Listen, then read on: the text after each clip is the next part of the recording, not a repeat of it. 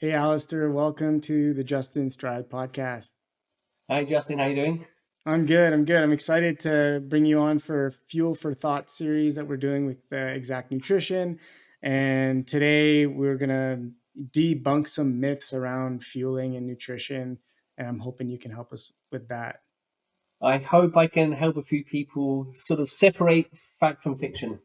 Yeah, it's difficult with all the stuff that's out there, what we see on social media and what we experience ourselves, and how long you've been doing it and what you've actually tested yourself versus what you just execute or try on race day or in training, right?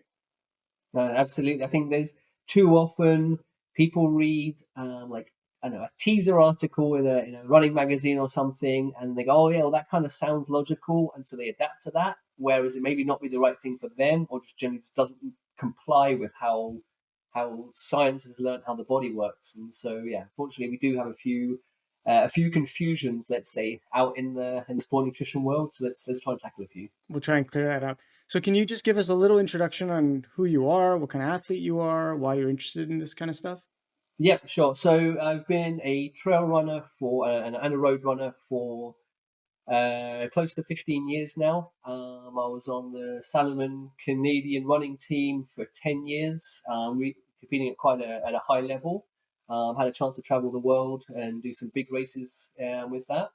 And I also have a diploma in nutrition and work for Exact Nutrition. Was a co-owner and developer of products for many years, and so I've really gotten into what the different components of ingredients are, what they can do, what the benefits are, and sort of seen hand face to face with people of all sorts of levels, their understanding of sport nutrition and how they use it, or even if they know they need to use it. So I've just had a chance to bag up a load of real experience with the research.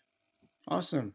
Cool. So that gives us a bit of context about you, and we can get into some of these myths and try and debunk them. So we'll see if we can stump you on some of these. But what's your thought on real food versus nutrition products that we would take for endurance sports?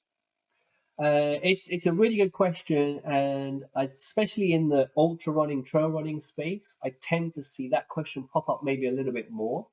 Namely because let's take your average ultra runner, trail runner, where they've got their hydration pack and they've got pockets. They tend to go with and maybe a lot lower intensity effort. It's a jog for many hours, and therefore they can nibble on a sort of a trail mix kind of Ziploc bag full of things, maybe some dates like dried dates and things, and therefore they can sort of rely on real food because they're going at a much lower intensity and therefore able to digest much more easily. However, just notch that intensity back up a bit. Let's talk about half marathon runners, where you're going to be kind of breathing more heavily. There's a certain reality of being able to run with a banana in your pocket. It's not an easy thing to do. Be able to eat it is not an easy thing to do. Whereas the actual functionality of how those gummies or their gels in a sachet are made, they're made to be practical.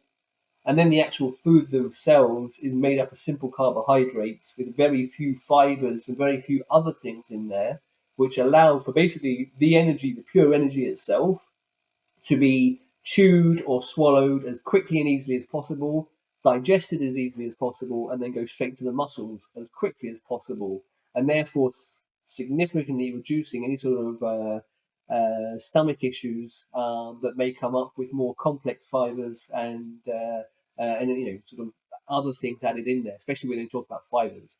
So that's the sort of the key difference is really just how simple and easy it is for these sport nutrition products to be absorbed into the body and used by the muscles versus something which means more natural, more real food, which tends to need more processing by the body. And with these sports nutrition products, is it better to go more on the natural side or more on the kind of engineered side, would you say? It's a really good question. I think that comes down to people's personal beliefs about things. At the end of the day, a simple sugar is going to be the same carbohydrate. It's going to be the same molecule, whether it's glucose or fructose, whether it comes from cane sugar, whether it comes from high fructose corn syrup, all these things, they're going to be the same molecule at the end of the day. I think that's not what people are thinking of, or really what it's really meant by sort of natural sugars or natural energy. Is because if we talk about natural, even if we talk about maple syrup, again, same glucose and fructose monosaccharides which are in there, but they come out with all these other little things. There's lots of little minerals and other sort of small components, vitamins in there, which may sort of be added naturally or come through the process and be in there naturally. Whereas we can be quite sure something like maltodextrin, again, a very complex chain of glucose, uh, it's still the same molecule as the ones you'll see in those other products. And so it's Mhm. just sort of what comes with the more natural foods, which I think is the difference. Okay. So it might be a preference thing too, based on what you're doing, or what you can stomach as well. Yeah. Would you say that the lighter you are, the faster you can race? If I look at the Kenyans and how skinny and tall they seem to be going very, very fast. It's sure that if we have a lot of fat, extra fat in our body has to work and carry that. So, yes, that's completely true. But at the same time, muscle, which is power, is heavier than fat. And so, where's that cutoff? Where's that balance? I've certainly, if you look at Killian, the famous mountain runner, he's got huge legs. He's definitely got a spindly upper body, but he's got huge legs. And then the Kenyans have got very skinny legs. And so we're looking at sort of different builds, maybe for different situations.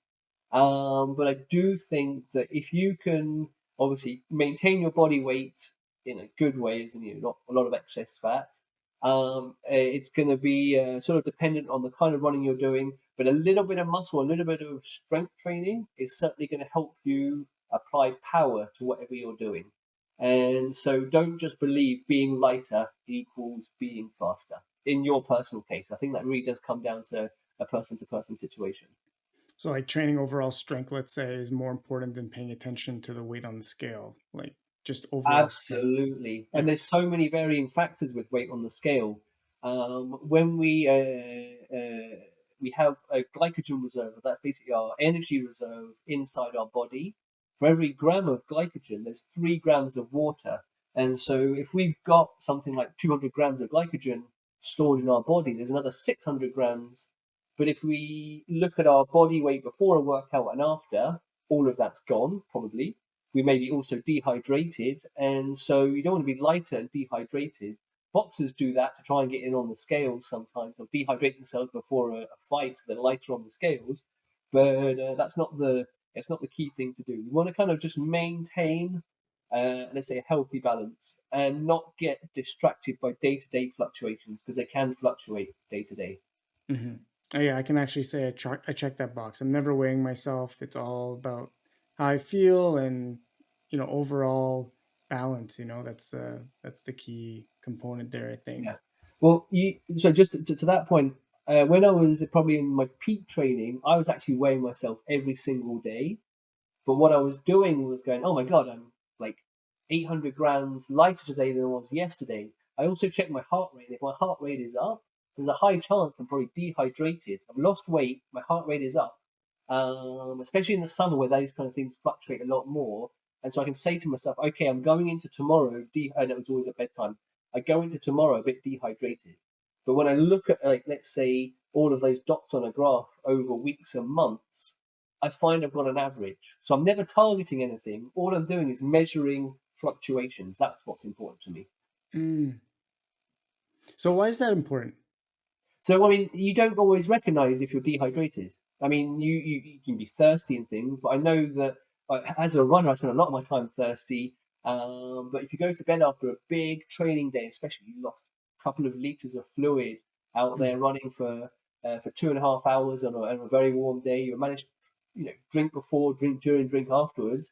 You can't be 100% sure that you are now fully like rehydrated afterwards. You may be quite sure, and you sweat, let's say, 4 liters in that time, and you rehydrated three, well, being 1 liter, 1 kilo lighter is quite a difference. Hmm. And so again, it's just if you want to be in those numbers, it's a daily kind of check in on yourself. and those little factors of variations.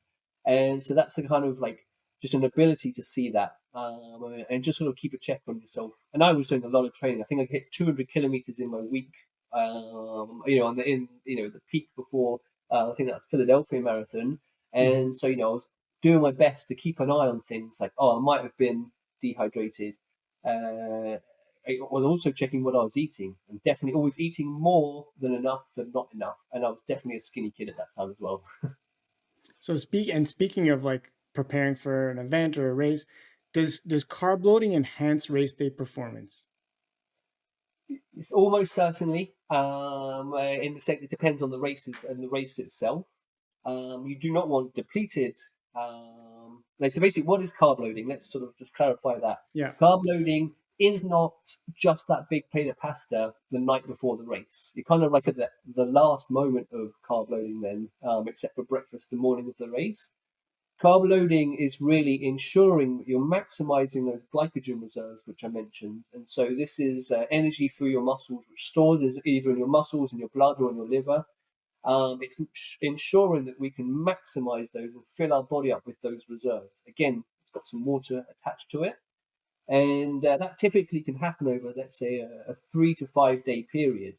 And so, as much as we're tapering in that week or two before race day, those 5 days before race day, you want to kind of be increasing your carb intake to ensure that your body is slowly absorbing and retaining that extra energy.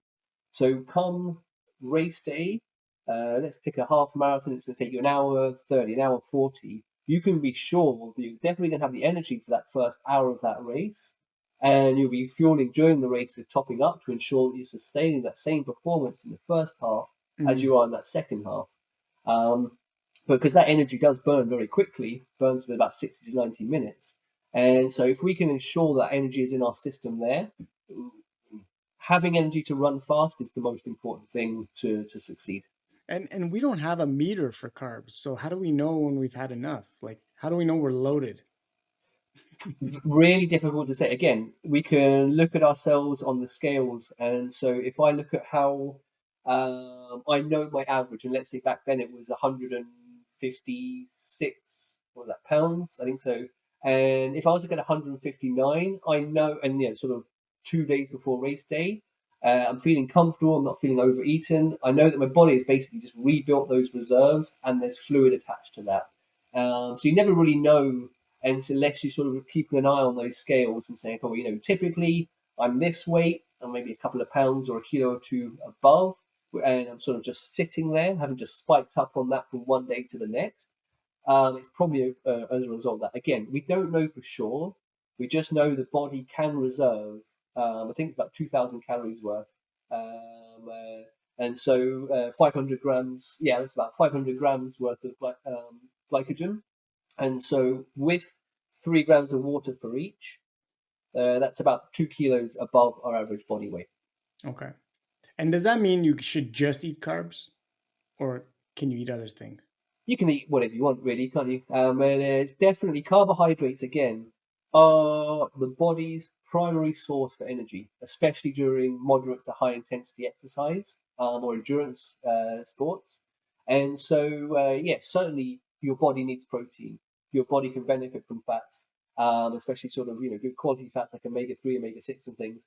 But when we're talking about that run up to the race, yeah, it's just adding a little bit extra carbohydrate to our diet that's going to go into the body and be absorbed and converted to glycogen to build up that reserve. Okay. Fair enough. Now, is it better to, during training, is it better to run fasted or fueled? Really good question. So it's not about that one training. It's going to be about your general calorie intake, but there is going to be positive and negative factors maybe about that one training.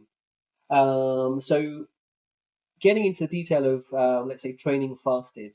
If I get up in the morning and I go for a 5K run first thing before breakfast, yes, I'm probably fasted because I haven't eaten since the day before. However, I do have those glycogen reserves, which are probably coming to the body from the meal from the day before, which are going to be there and get spent. If I did that fasted for 2 hours, you'd really see a big difference between, let's say, the first half an hour where your body's got, yeah, don't worry, I've got glycogen reserves. So that second, the back end where it's got, I've got no more glycogen reserves, don't feel great, it feels like bonking basically, and that is going to be a fasted state.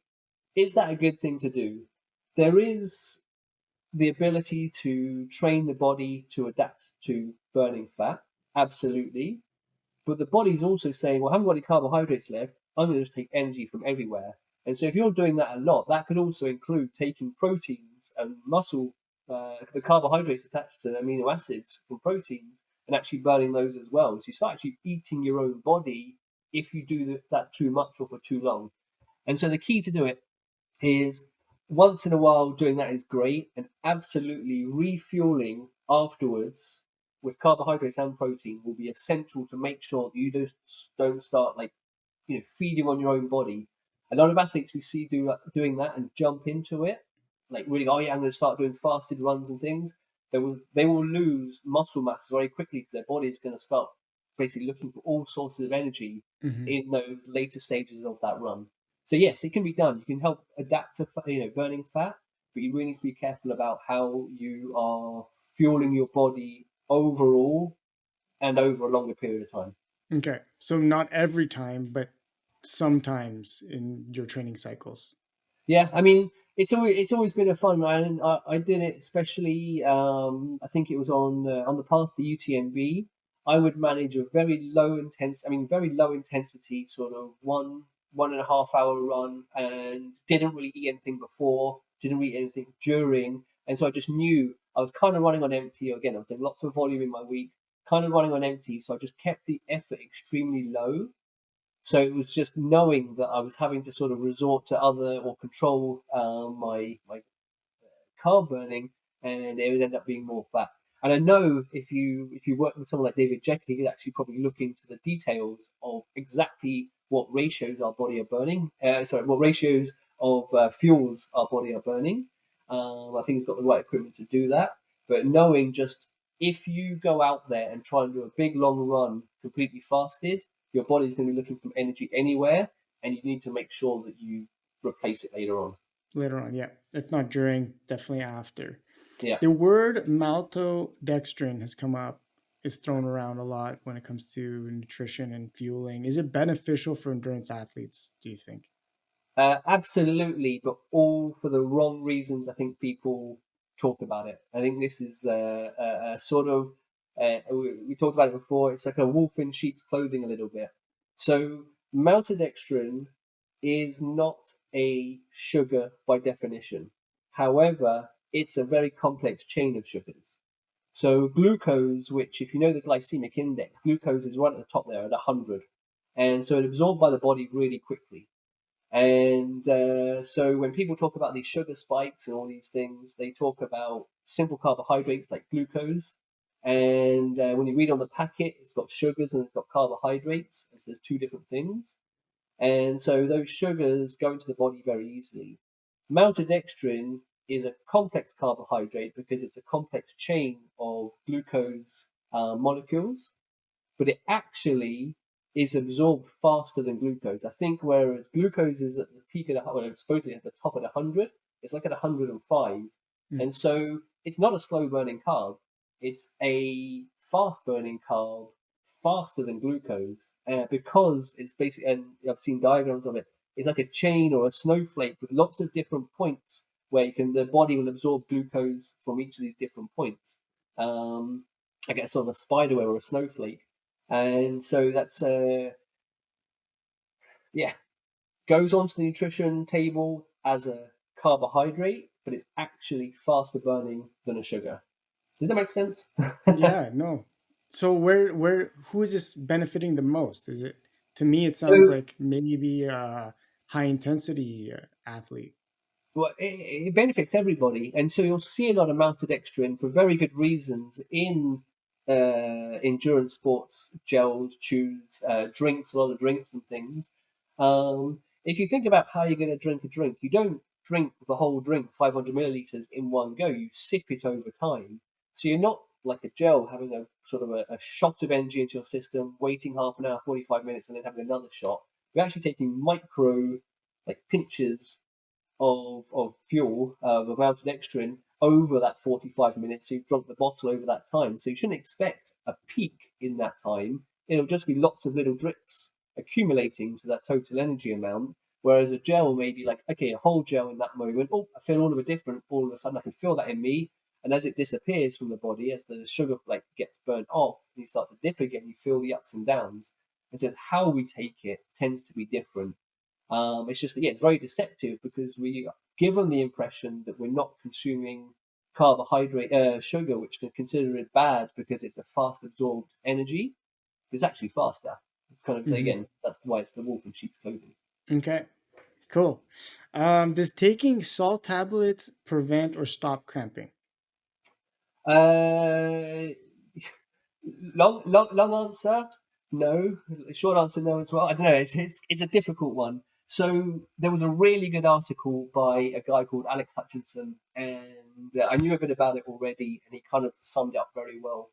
Uh, a bunch of athletes were tested, and there were people who did strength training and people who didn't, and they were training for a half or a full marathon, and they did sort of checks and reviews on them after the races, and they said, okay, who had cramps and who didn't, and there was a massive difference between those who did strength training versus those who didn't, but their hydration levels were all very similar. Hmm. And so I think what they're seeing is that cramping is not so much to do with being dehydrated and therefore the sodium and things, which is being sweated out and being lost, being the problem. It's about a sort of an effect on how I would say the neurons are actually reacting and contracting. So the muscle is kind of having a spasm and not controlling, maybe because it's not resistant to the work it's doing in that situation. However, take Ottawa race weekend at the end of May, which is sometimes like the first warm weekends of the year here in Canada Hmm. or the east side of Canada, you're going to be sweating a lot more. You have done loads of training in the cold, so there's no doubt factors which are going to also affect it by being dehydrated. So if you're not quite like as strong as the guy next to you, and you're also very dehydrated, well, therefore, yes, you'll have an increased chance of having those cramps. But there are so many factors. They also have done research which has found that some people are just more susceptible to cramps as well. Mm. One thing we can be for sure though is back to your question about the salt tablets and things. If we do not hydrate properly, and hydration is about maintaining that balance of sodium and water in our body. So, taking fluids with either a sodium pill or putting tablets in your water or powders into your water and things. If you're drinking lots of water or not taking in those electrolytes, or you're not drinking enough fluids, then there are higher risks. That's probably the best way to say it. However, you're not just going to fix the problem by taking the salt pill. You're not going to Okay, fair avoid a enough. cramp by taking the salt pill. And back to the loading question, can you salt load and hydration load also? Does Yes. that make sense? Ye- Yes, that's a really good question. So you can actually see it if you drink. Well, your body wants to self-regulate, and so if you drink lots of water that doesn't have added salt in it, you just go and probably pee that extra water out very quickly. But if you have a lots of fluids with lots of sodium in it, you actually see that the skin, or let's say around your watch or around your sock, you're actually going to see that kind of bulge factor because your body is retaining that fluid, and it Mm. will more slowly release it either via sweat or via urine.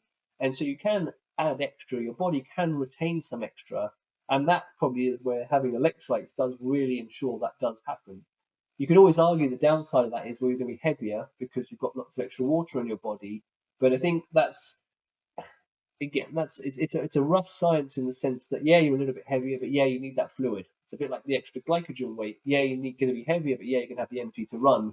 And so it really comes down to not a big difference, but just ensuring over the period of that run, that 8 ultra race or that marathon, let's say, that you're just maintaining certainly your energy levels and maintaining your fluid levels, probably within to about 5% of your normal body weight.